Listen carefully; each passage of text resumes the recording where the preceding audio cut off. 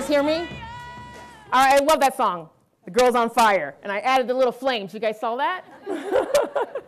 So Mandy started off this today with her sort of theme that her marketing team developed. I loved it. It says, your path to your peak starts today. Your path to your peak starts today. And I really believe this Girl on Fire theme, your peak, when you're at your peak, you've ignited some sort of passion, right? And so I tie that back when I think about Alicia Keys and this song that she created. That Girl on Fire is around igniting your passion, right? And when you're there, you're really honing it in. You're winning. You're believing in yourself. You're driving the things that you love to do. So I am so honored today to be here. Mandy called me, I don't know, several months ago. She was like, 5:15, put it on your calendar. I need you to be there. I said, she said one word, women. I said, okay, I'm in. I'm an interesting person in my business. I'm probably one of very few, as she mentioned, that lead, run, operate, and everybody around me is male.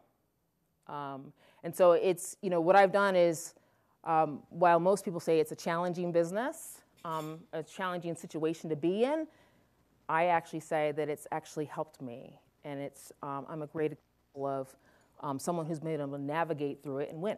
And so I wanted to take some of those experiences and share them with you today. They're not all sort of what I would say, rocket science. They're just what I do to navigate. And hopefully it resonates. Maybe just one of you today, I can make a lasting difference. So let's spend a little time talking about me. So I have some wonderful pictures of here. And they're all about strong women, whether in a technical role. I saw some Tesla plant people here. There you are. They're about individuals or women who are in environments where they're the only one at the table, and they're navigating with men.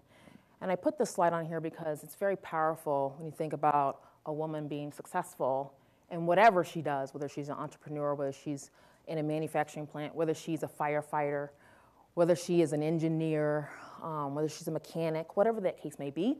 But there was some challenges and some road that she had to take actually to get there. And so each one of that has created some sort of pathway, and I can resonate with that. And so I want to share my story with you guys all today, okay? So Mandy did enough service about telling about me, so I won't go there. I'm going to talk about 5 things today. One is just a little bit more about my journey.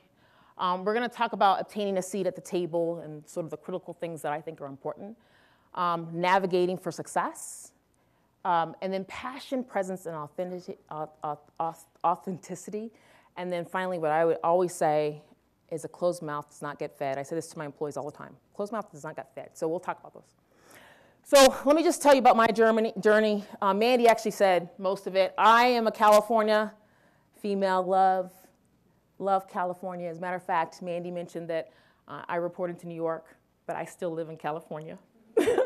I'm on the road quite a bit. I don't know how I navigated that, but I did as part of my navigation skills that I did. But I was able to work out that while I should be physically sitting in New York, I'm actually physically sitting in Los Angeles.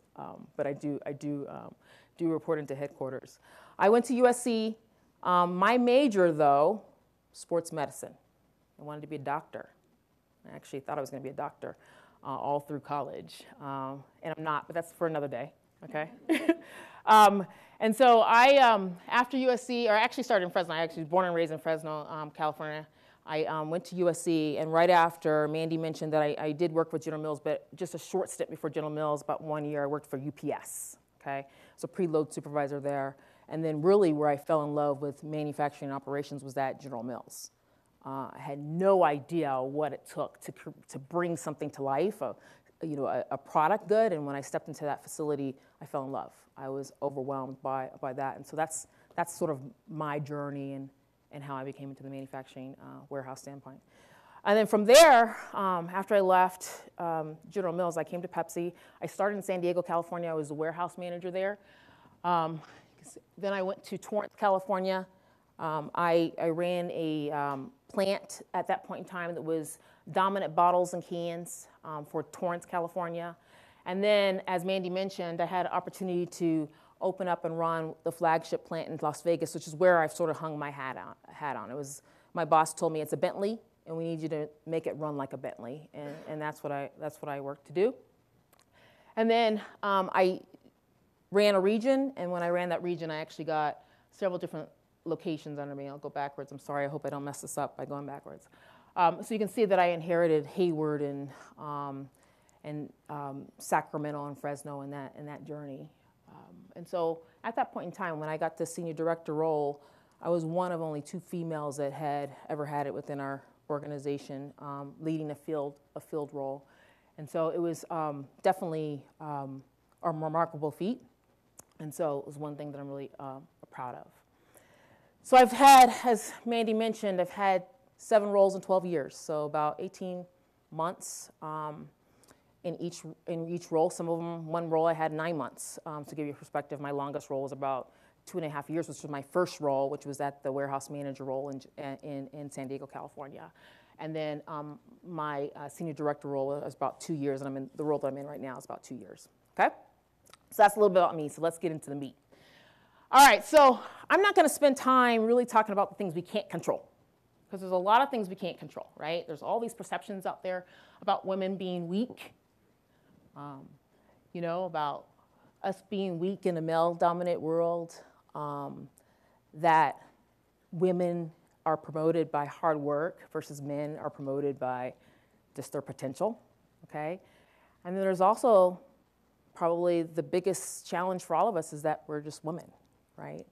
They look at us and they say, okay, you're the underdog. So we're not going to worry about any of that. What I'm going to do is spend time today really talking about the things you can't control.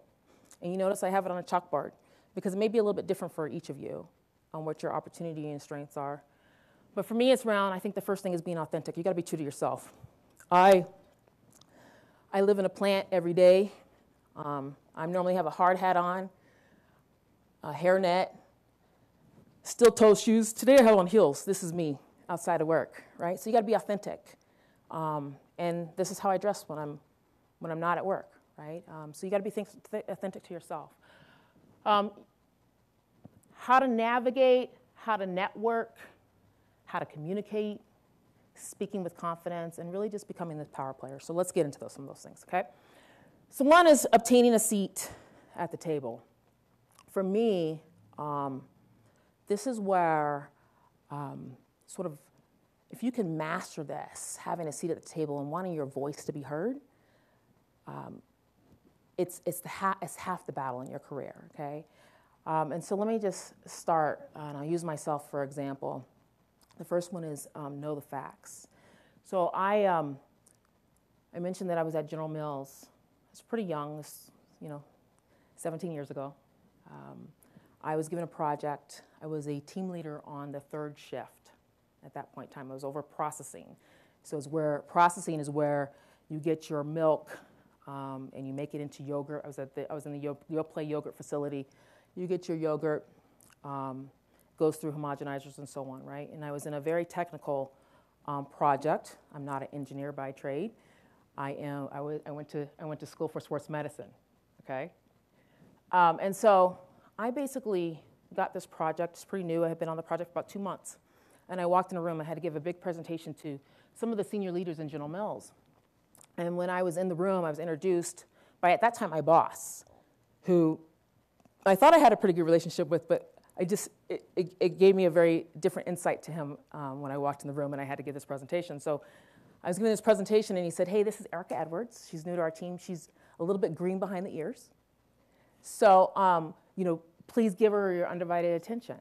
There was a VP of HR in the room at that time. And this whole project was around how do we streamline, how do we make the processing portion of our business faster, more efficient, and how do we reduce the waste? And so it didn't really bother me that he said it, but I took note of it. He said it. But I got into my presentation. I was confident. I knew the facts. I knew the details. And I answered every question that was given to me, right? And if I didn't know the answer, I said I wasn't 100% sure, but that I'd follow up, okay? And so I use this as an example is that it's important in whatever you're doing today, in the role that you're in today, to know the business as best as you can, right? And to know how it links your role links upstream or downstream from where you are, and how it connects the common thread within your business. Does that make sense? Yep? Okay. So know the facts. The next thing is you have a voice. Ever been in a meeting and someone asks you, hey, what do people think in the room? And you stayed silent? Ever happened to you? But you had something that went through your head, right? Hillary said it earlier this morning. Sometimes we have that little thing on our shoulder that says we second guess ourselves. We say, oh, I don't want to say that. It might be stupid. Oh, maybe somebody else has said it before. The reality is, and we have to remember, if you're at the table, somebody wanted you there. Somebody thought that you had something to bring to the play. Somebody thought you had a voice to be shared. So when you're given positions, share your voice. Does that make sense? It's important. You have a voice to be heard. And then the other thing that I say is use strong words. So I feel, I think, I believe, I just want to share something with you. Those are not strong words. If you say, I will deliver, we are confident that our team will drive, those are different types of words. Does that make sense? Okay? So if you can know the facts, you have your voice, and you use strong words, what do? You never really walk in the room as a woman. You walk in the room being prepared to drive an agenda, being prepared to articulate your story, to know your business, to drive change, to have people listen to you. That's what you're walking in the room as. And so I challenge you today is not to walk in the room as a woman, to walk in the room knowing your business and having a voice and being confident at it. Does it make sense? You guys with me? Okay. So never walk in the room as a woman. That's my one takeaway. Make sure you guys do that. This is a great story. That story that I told you about General Mills, that VP of HR was in the room. When he walked out, he said, listen, I apologize. He should have never said, you're green behind the ears. He said, but what I loved about you is it didn't rattle you. He said, you were sharp, you were crisp, you knew the details, and you did not do that presentation as a woman. You walked in the room with the facts, and I love that. It's something it's one of those moments, those Marshall moments, that stick with me and resonate with me, and I tell that to all the women that report to me today. Okay? So next thing is navigating for success, and I'll spend a lot of time on this because I think it's important. When Mandy was in the senior director regional role, she had me do something that was called the Emerging Leaders. I basically talk for a whole, 2.5 hours on navigating for success in an Emerging Leaders conference. It's very powerful. This is important. And Marshall said it earlier.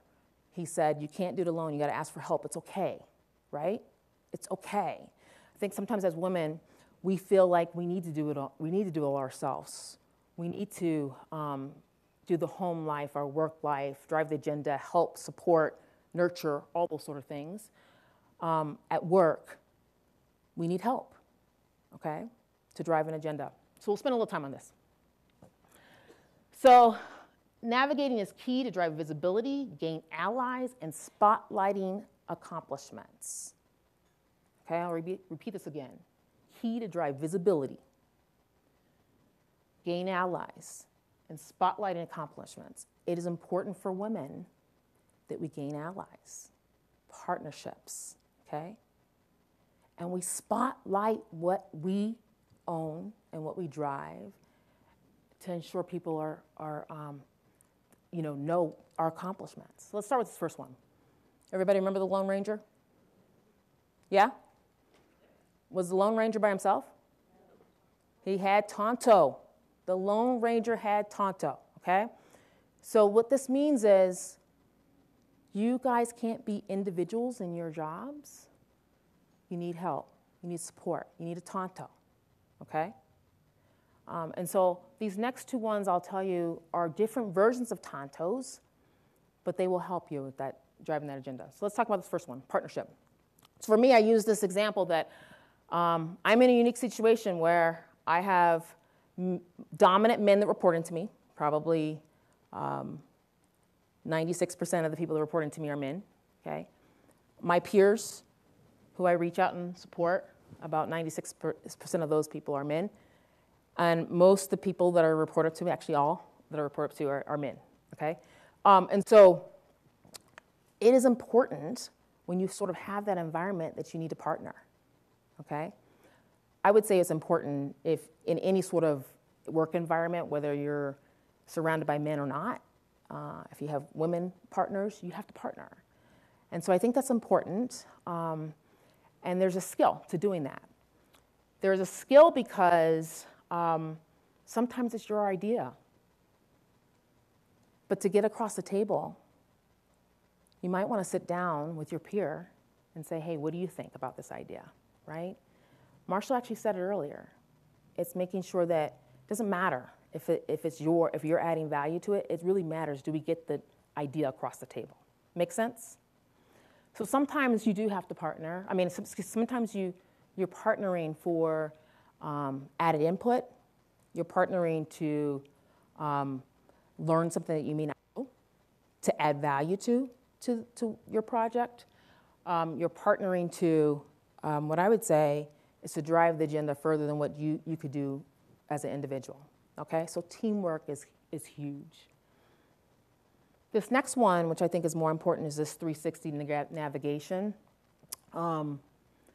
At PepsiCo, we do this, it's 360 feedback loop where you actually do a, have your employees all around, so your peers, the people that report into you, and your boss, they actually do sort of ratings about yourself. I say in your everyday business, you have to be 360 degrees interactive, okay? And I think it's important. So I'll spend a little time on each one of them. First off, if I think about the most important thing in our business is the employees, all right? So I do, and Mandy says sometimes when I was in the field, she was like, hey, you spend too much time in the plants, but that's where it starts. It's with the employees. And so for me, if I wasn't removing their obstacles, removing their roadblocks, removing their issues, making sure that my leaders were driving change within those facilities, that we were winning together, then that was a challenge, okay? And so for me, I wanted to make sure that I was visible in that space. So the first and most important is in employees. You're removing their obstacles, you're driving their agenda, you're enticing change for them. The second thing is peers. We talked about it, partnerships, connecting, finding areas where you are common, where you have commonalities. I think for me, I like to have fun. I like to have team environments. So what I did is I was the person who scheduled, when we were getting together for a meeting, scheduled some time for us to get together as a team with my peers, okay? Make sense?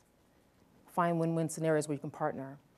And then when you think about your superiors or the people that you report into, is getting time on their calendar to just talk about you.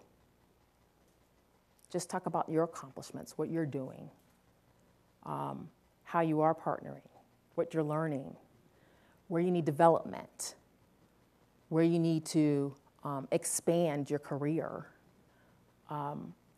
where you need to change, okay, in your workspace. Very important. So 360 degrees interactive, and the very first and important is your employees. Make sense? You guys with me? Yeah. So the one thing that I did not, sort of go over in this, the three buckets that I went to, but I want you guys to walk away with is mentors and sponsors. They're two different components. So a mentor, I really believe, is someone that you've worked with. They know your work ethic. They may have been your boss previously. You may be in a new role, and they can speak to some of your opportunities and your strengths. And sponsors are someone that potentially could be in the room during a conversation around promotion for you, okay? And so mentors and sponsors are huge. How many of them have them here? Okay? Mentors and sponsors, I say they're toolbox. They're people that you need to have in your toolbox to win. And again, this is the big thing that I spent about 2.5 hours on, because there's multiple multitudes of type of mentors and sponsors, and I'll just talk about some of them that resonate for me. So for me, I have several mentors. I have mentors that I can really let my hair down, okay? They're outside of the organization. I can talk about some of the trials and tribulations that I'm having within the organization today. Seek advice about what I'm doing today. So for example, my General Mills plant director that I had at that time is still my sponsor today. And he was actually a big influencer for me leaving General Mills and going to PepsiCo. And then sponsors, I'd say that in every role that I had, someone that I left, a previous leader that I left behind, is a sponsor today, right? So you want to nurture those relationships and build connections with them so that, and I guess what I would say, and be transparent of what you want to do in your next role so they can actually help drive those conversations for you. Make sense? Okay. So navigating is key to drive visibility. So 360 degrees interactive helps provide the visibility. Gaining partnerships from your peers helps you have allies on the same team to win. And then really spotlighting your accomplishments. One of the things that females sometimes are afraid to do or don't do enough is talk about what we are doing, how we are driving change, the agendas that we are leading. It's okay. It's okay to do that. Make sense? Okay. Passion's presence and authenticity, I think, is huge, and I started with that because that Girl on Fire is just around igniting your passion. We're going to talk about this. So, be the wow factor. Anybody heard of executive presence? Tell me what you think it is. What's the definition of executive presence? Don't make me walk up to someone. What do you think, Rhonda?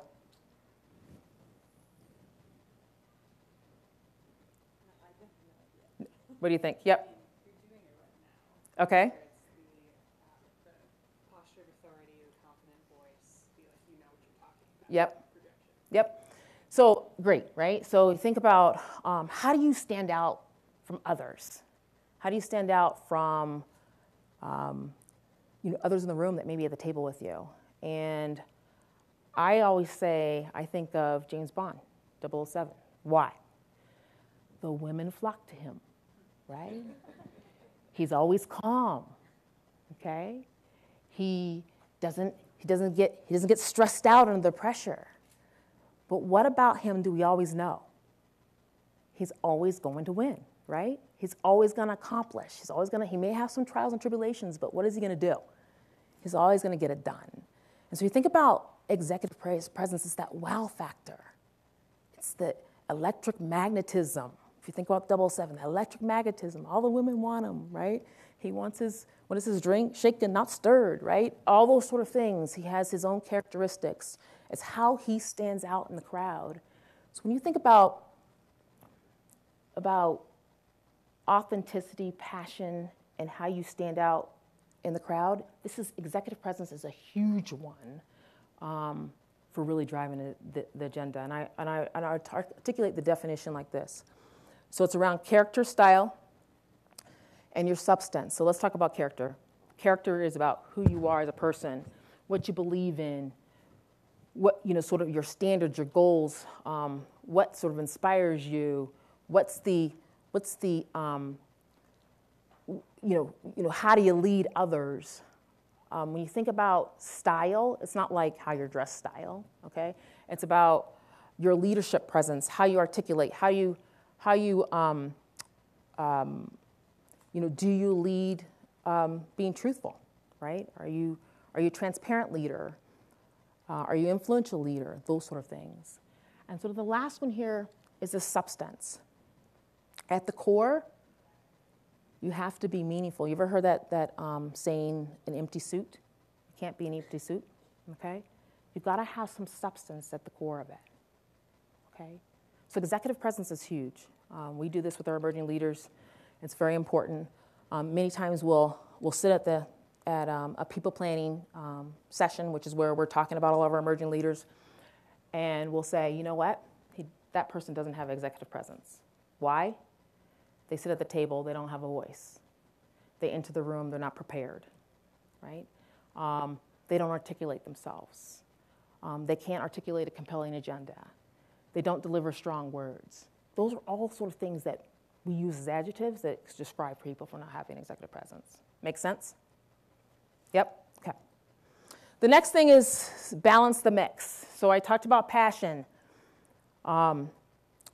Mandy talked about her career change and listening to Marshall, and Marshall resonating with her in some way that inspired her to actually go after her passion. For me, I love what I do. I love being in the plants. I love removing obstacles. Even my role that I'm in right now, I get to remove obstacles for the field, okay? I came from the field, and now I get to remove the obstacles for the field, because I was one of those ones that sat back in the field like, why is headquarters making us do this crap, right? So now I get to actually be a person that says, okay, I want to do this crap, but is it going to make sense for you, right?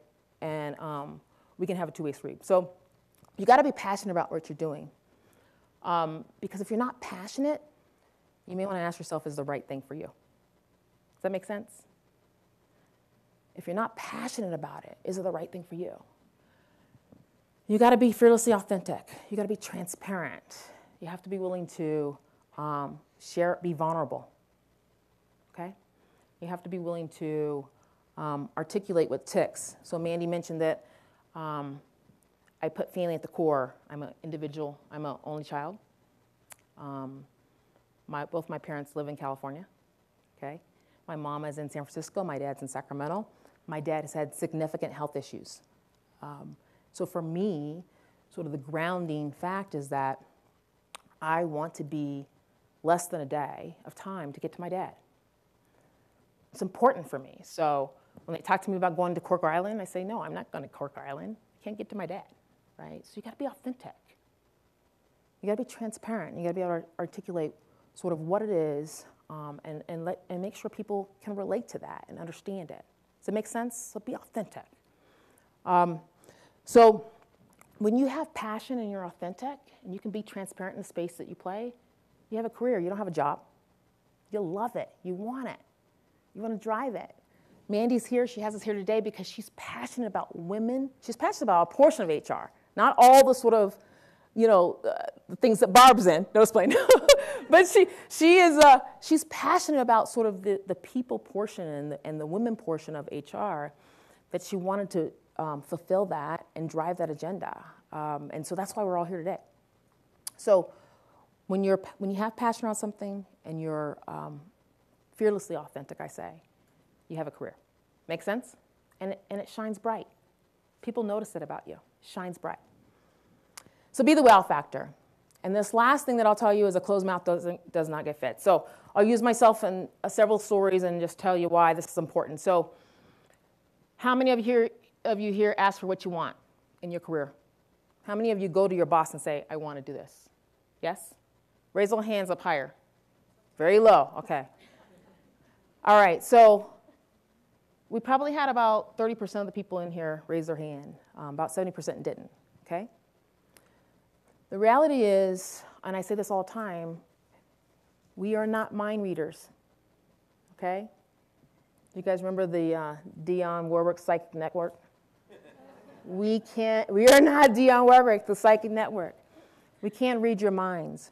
And so the reality is that you have to articulate what you want. And I'm going to use two examples. So for me, I was in San Diego, California. That was my first job with PepsiCo. And that first role took me sort of out of my norm. I started at General Mills, all manufacturing, processing, technical, sort of that space. My first job in PepsiCo was a warehouse manager, okay, where I was working more with the sales organization, working more with the people, and you're trying to make, instead of a technical, right, trying to make machines run more effective, I was trying to have people be more efficient and effective, right? And it was really, it's a sort of a manual labor sort of operation within the warehouse manager role of a PepsiCo organization. And so I had been in that role about 2.5 years. learned a phenomenal amount. It's probably one of my favorite roles because I learned a lot about the sales side of the business, the delivery side of the business, the transport side of the business, sort of the internet connections of the entire business in that space. And so, about 2.5 years in, I had the VP at that time come and visit me. He said, Erica, we want to put you in the Buena Park facility as a maintenance manager. And I said, okay, right? I said, I understand you want to put me in a maintenance manager, but that's not sort of what the career track that I wanted to journey down. So, and I'll explain to you why that is. So I came from a very technical, General Mills is very technical, is viewed to be state-of-the-art equipment, automation, those sort of things. Buena Park was what I would say our core sort of basic operating plant. And was not very technical. And so I knew that if I went into the Buena Park maintenance manager role, I was going to have to now go to a more technical plant later. And I didn't see that it sort of matched up in sort of the career path. And so I said, hey, I understand that, but this is actually my ambition. My ambition is to be in this plant, Torrance. Why? Because it produces water. It had the first, what I call direct blow fill, where you can blow your own bottles in that plant, and I wanted to be part of that. That it had, it was sort of the best running ship at that time, and it was very diverse. It had a very diverse workforce. It was a place that I felt like I could go in and pretty easily run. And so he listened, okay? And he came back to me 2 weeks later, and they gave me an offer for the Torrance plant. So you have to be able to share what you want and why you want it. I put the silent alarm on my pocket, Mandy. so I wouldn't run over the time, so it just went off. So give me 4 minutes. So you got to ask for what you want. The second thing that I would say is when I was at Torrance, I asked for that plant. It was about me taking an older plant and making it new. And my boss and I had a conversation. He said, "What do you want to do next?" I said, "Well, I'm working in a Yugo. I want to be in a Bentley." And so he said, "Okay. Do you have any ideas?" I said, "Well, I think I want Vegas," right? And I ended up going to the Vegas plant location, which was a Bentley location, and we needed to run it like a Bentley. And so I share those two examples because if you don't, when people give you the opportunity to ask what you want, say what you want. Because more often than not, when they're asking what you want, they want your input because they are looking to make career moves or navigation moves for you in your career. Make sense? So when someone says, "What do you have?" You may not, for your next role, you may not have it all figured out, but you may want to articulate, "Hey, I'm interested in these 3 type of jobs, or these 2 jobs in these locations." You may not have it all figured out like I did, but you have to have your voice and what it means to you. And I think you got to be transparent and say, if you only want it to be in California, you only want it to be in California. Does it make sense? Okay? And I think that's important to be able to do that. Okay, so closed mouth does not get fed. Everybody understand? You will not move on. You will not be able to, what I would say, you will not be in a space that you want to be in if you don't articulate what you want. Okay? So I'll end like I began. Hopefully you took some of those nuggets away. They're just my nuggets of what I think is the right, sort of things that have helped me through my career. I'm sure Barb and Mandy and many more have others. These are just mine from navigating in a very sort of male-centric organization. And I want to say thank you for your time. Okay?